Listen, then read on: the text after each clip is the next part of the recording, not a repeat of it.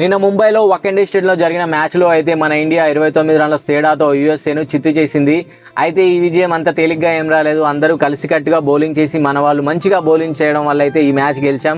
అంతకుముందు మనం USA toss గెలిచి అయితే బౌలింగ్ అయితే ఎంచుకుంది. సో టాస్ గెలిచి బౌలింగ్ ఎంచుకున్న తర్వాత ఇండియా అయితే బ్యాటింగ్ చేసింది. సో ఇండియా బ్యాటింగ్ వచ్చిన తర్వాత అభిషేక్ శర్మ వెంటనే అవుట్ అయిపోయాడు ఫస్ట్ బాల్కే. అండ్ వెంటనే ఇషాన్ కిషన్ కూడా అవుట్ అయిపోయాడు. ఇషాన్ కిషన్ అవుట్ అయిన వెంటనే మన తిలక్ వర్మ కాసేపు ఆడాడు. కాసేపు ఆడిన వెంటనే అతను కూడా అవుట్ అయిపోయాడు. సో తర్వాత శివం డుబే కూడా డక్అవుట్ అయిపోయాడు. సో అందరూ వెళ్ళిన తర్వాత కూడా మన సూర్యకుమార్ యాదవ్ లాస్ట్ వరకు ఉండి చివరి వరకు పోరాడాడనమాట. మంచిగా ఆడాడు. 84 రన్ చేశాడు 49 బాల్స్లో. అండ్ ఏంటంటే 10 4లు కొట్టాడు, 4 6లు కొట్టాడు. నిజం చెప్తున్నాను, సూర్యకుమార్ యాదవ్ నిన్న ఆడకపోయి ఉంటే మనమైతే ఈ మ్యాచ్లో కొంచెం ఓడిపోయే వాళ్ళమేమో అని అనిపించింది అనమాట. లాస్ట్ వరకు ఉండి నిజంగా లాస్ట్ ఓవర్లో అయితే చాలా బాగా మంచిగా ఆడాడనమాట.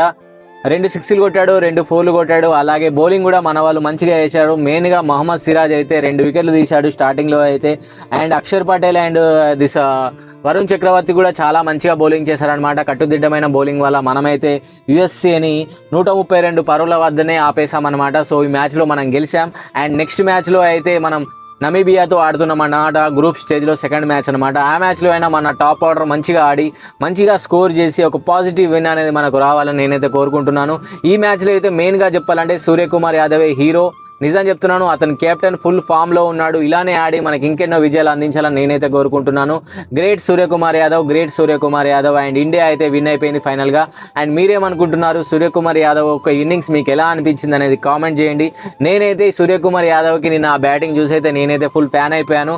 చాలా అంటే చాలా మంచిగా ఆడాడు. ఓడిపోయే మ్యాచ్ని గెలిపించాడనమాట మన కెప్టెన్. అండ్ మీరేమనుకుంటున్నారు అనేది కామెంట్ చేయండి. Thank you so much.